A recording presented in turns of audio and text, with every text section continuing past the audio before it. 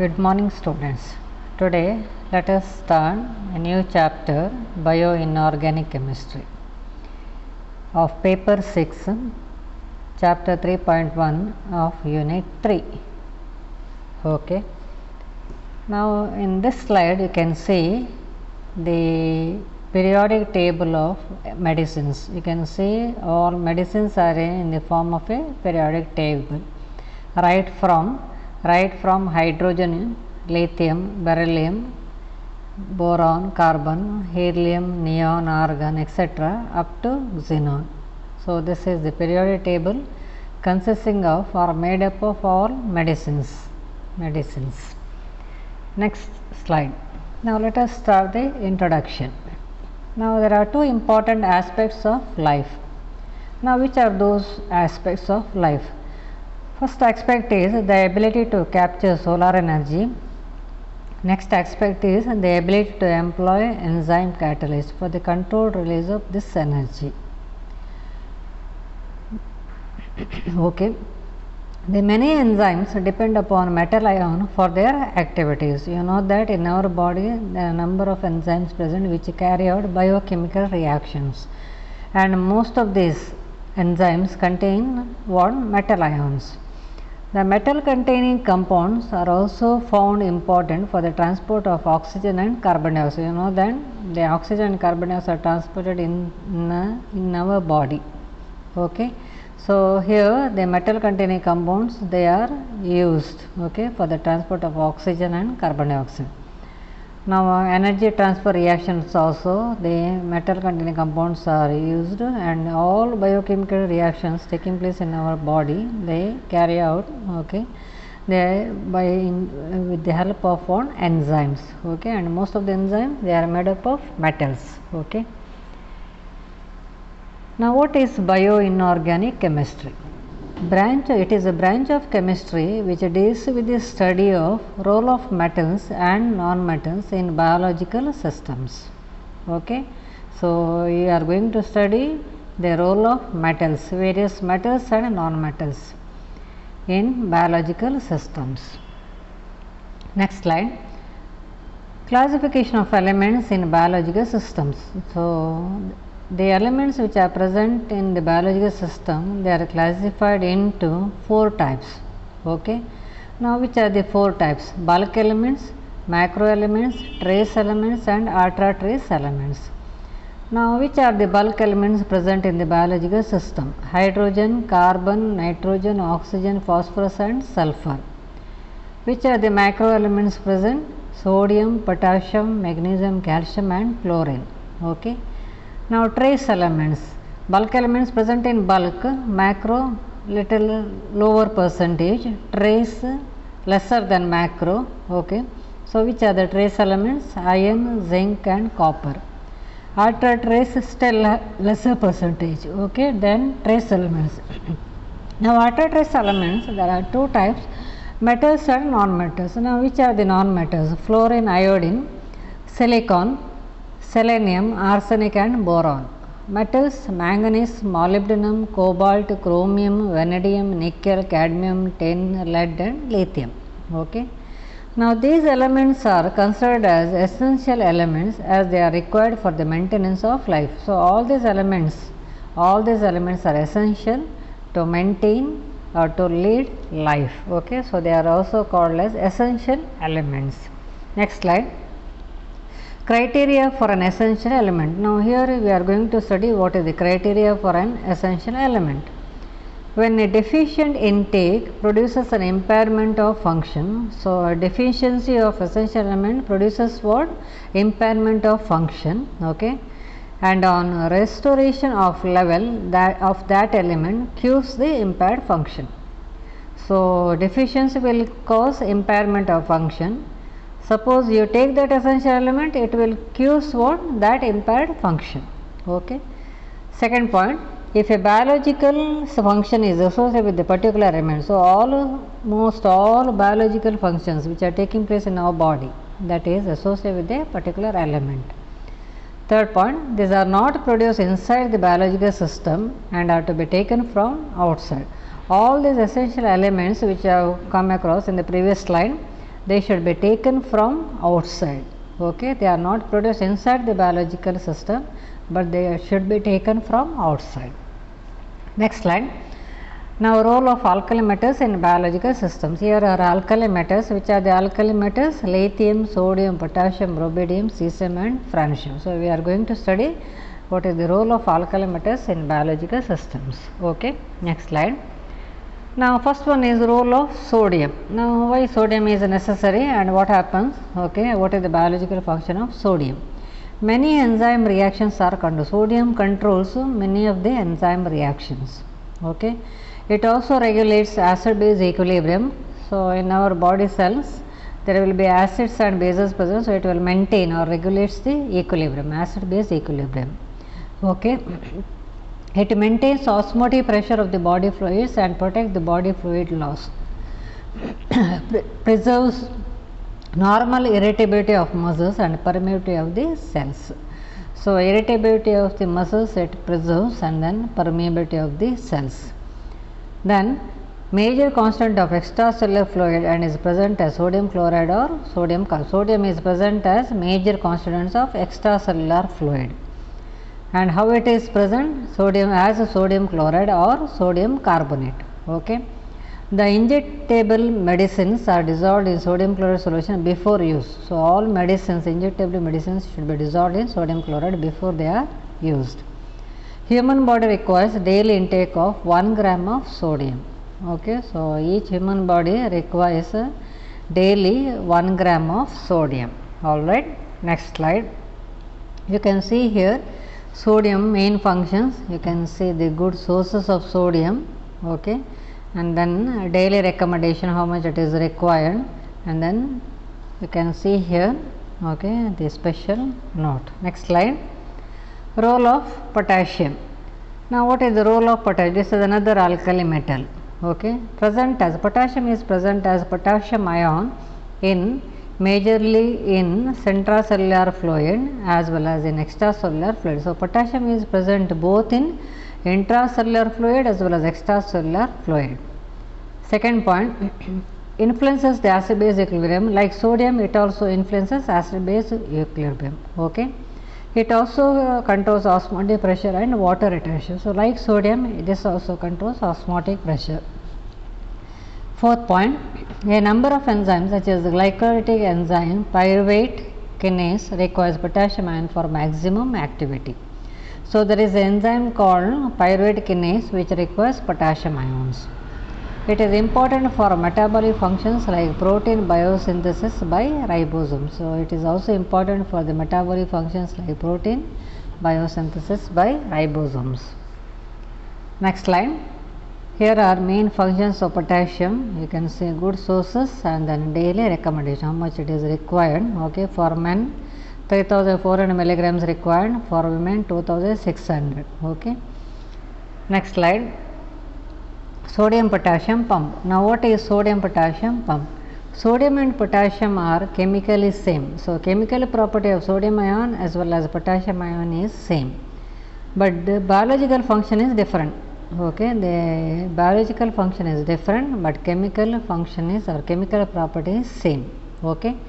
Second point, sodium ions pump out of the cytoplasm, that is okay, potassium ions are pumped in.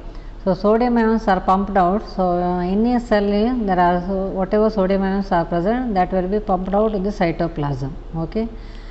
Whereas, in the meantime potassium ions are pumped in, okay, with the help of carrier proteins. During this reaction 3 sodium ions and 2 potassium ions are transferred, 1 per ATP is hydrolyzed. When one what is ATP? Adenosine triphosphate. Okay. For 1 adenosine triphosphate hydrolysis, 3 sodium ions are pumped out, meantime 2 potassium ions are pumped in. Okay. Each operation of the cell pumps out therefore large number of sodium ions and pumps in less number of potassium ions into the cell. Okay, you know that for the 1 hydrolysis of adenosine triphosphate 3 sodium ions will be pumped out. Okay. Meantime 2 potassium ions are pumped in. Therefore, number of sodium ions pumped out will be more than the potassium ions which are coming in. Okay, so only 2 potassium ions are coming inside the cell, whereas 3 sodium ions will be pumped out. Okay, therefore you know that the number of positive ions outside the cell that means sodium ions increases, whereas number of positive ions inside the cell decreases because only 2 are coming in. Okay, next slide.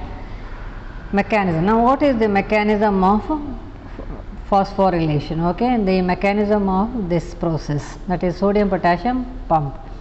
So there are 2 steps, phosphorylation and dephosphorylation. You can see here 2 steps, phosphorylation and dephosphorylation. Okay. Now what is phosphorylation? The sodium potassium ATP is a phosphorylated. So in this step the enzyme, okay, associated with the adenosine triphosphate undergoes, okay, decomposition into enzyme with 1 phosphate ion and then adenosine diphosphate.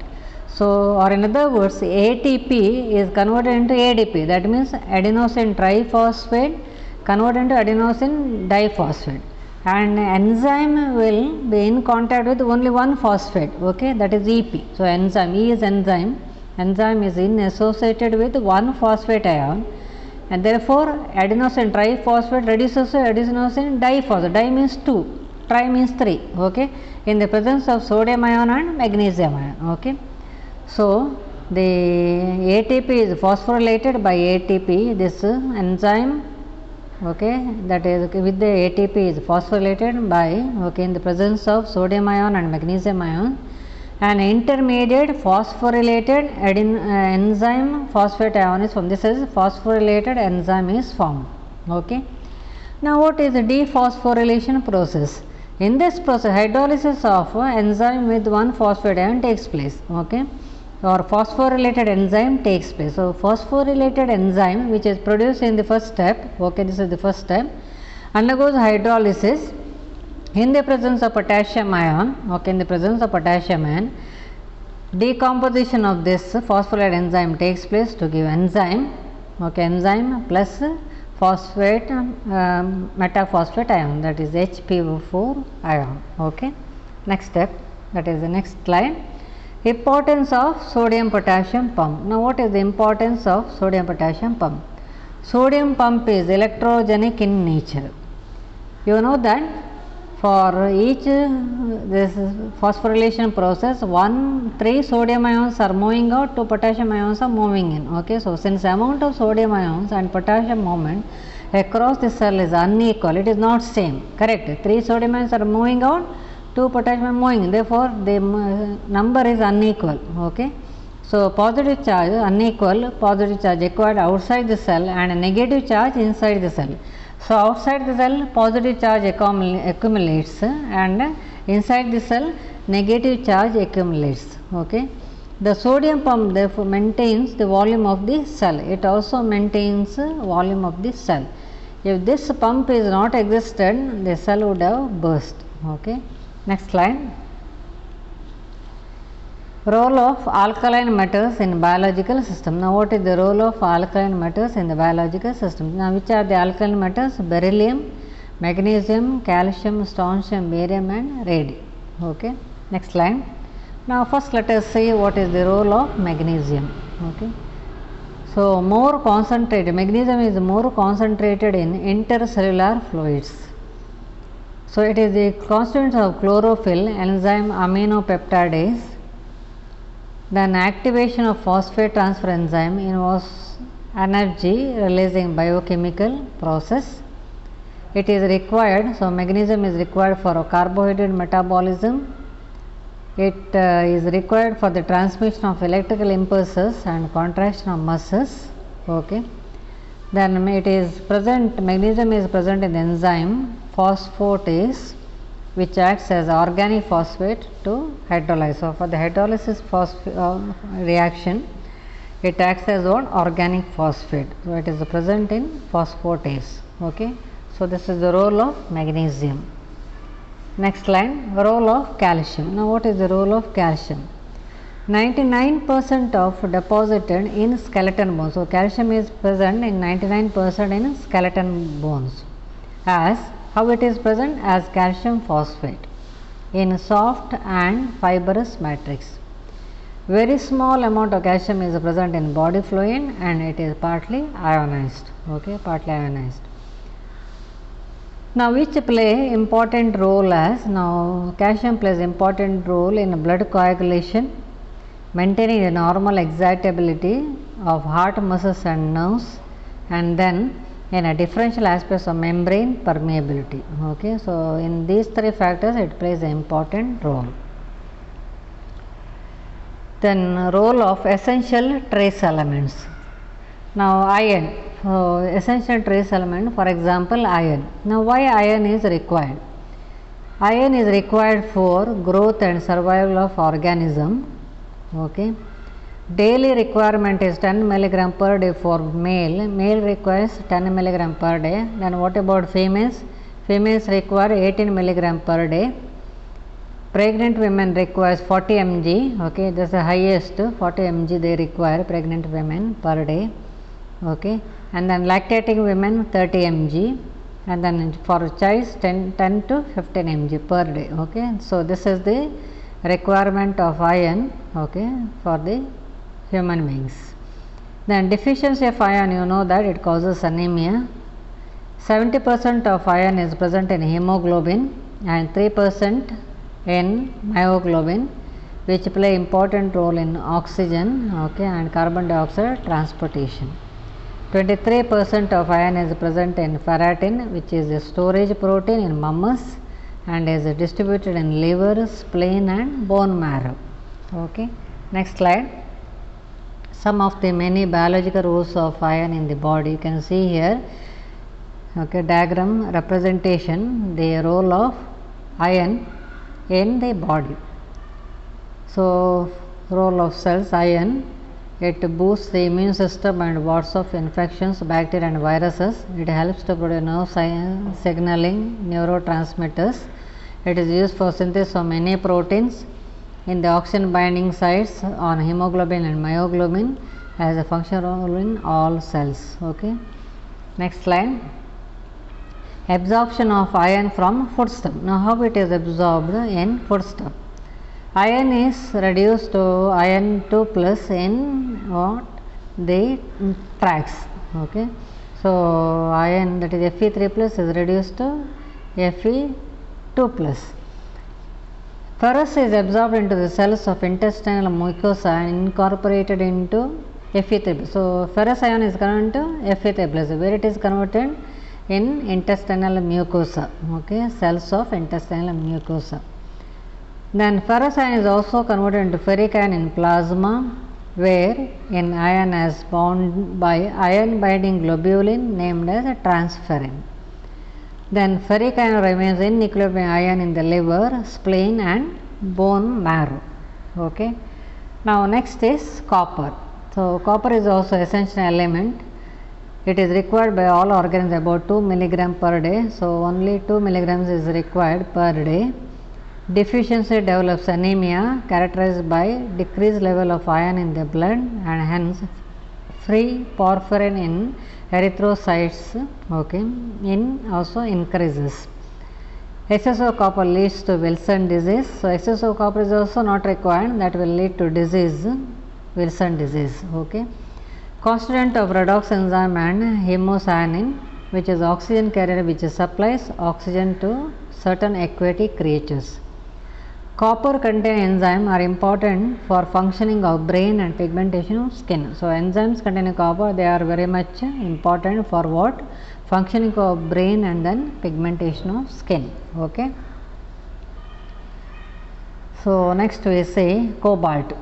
So why cobalt? What is the role of cobalt? Constituent of vitamin B12. Cobalt is present in vitamin B12, which is required for formation of hemoglobin in vivo. It is required for activation of several enzymes. Now zinc. Zinc behaves as Lewis acid in biochemical synthesis. It is a constituent of enzyme carboxypeptidase. Zinc containing enzyme carbonic anhydrase is required for respiration in animals since it catalyzes slow carbonic acid carbon dioxide equilibrium. Okay. So this is the vitamin B12, okay, representation, and then the cobalt 3 plus, which is forms a complex ion. You can see the reaction here, carbon dioxide, aqueous or hydrolysis of carbon dioxide takes place. So it will combine with water in the presence of carbonic anhydride enzymes to give out carbonic acid H2CO3, which is in the aqueous form. Hydration of carbon dioxide. So this process is called hydration or hydrolysis. Hydration of carbon dioxide and dehydration of carbonic acid equilibrium is pH dependent. So if you consider the reverse reaction, from carbonic acid water is removed, correct? So it is called dehydration. So reverse reaction, dehydration. What about forward reaction? Hydration or hydrolysis, because addition of water taking place. Okay. Next we will see selenium. Selenium requirement is 70 milligram per day. It is rich sources okay, of selenium are seafood, meat and onion. Deficiency causes degenerative condition of the heart tissues known as Cation disease. Okay, deficiency of selenium causes Cation disease. Essential constituent of some enzymes and protects biological system against free radical oxidation and stress. Okay, free radical oxidation and stress. Here are the, in this slide you can see different okay, compounds which contain selenium and the functioning of selenium in the body. So molybdenum, next is molybdenum, constituent of several enzymes used by nature for nitrogen fixation and nitrate reduction. Next chromium. Chromium 3 is present in ultra trace quantity and involved in glucose metabolism and diabetes. Chromium 3 and insulin maintains correct blood glucose. Chromium 6 is carcinogenic. Chromium 3 is essential, but chromium in the 6th oxidation stage is carcinogenic. Okay. So I will stop at this stage. Please go through all the slides, and any difficulty please contact me. All right. Thank you.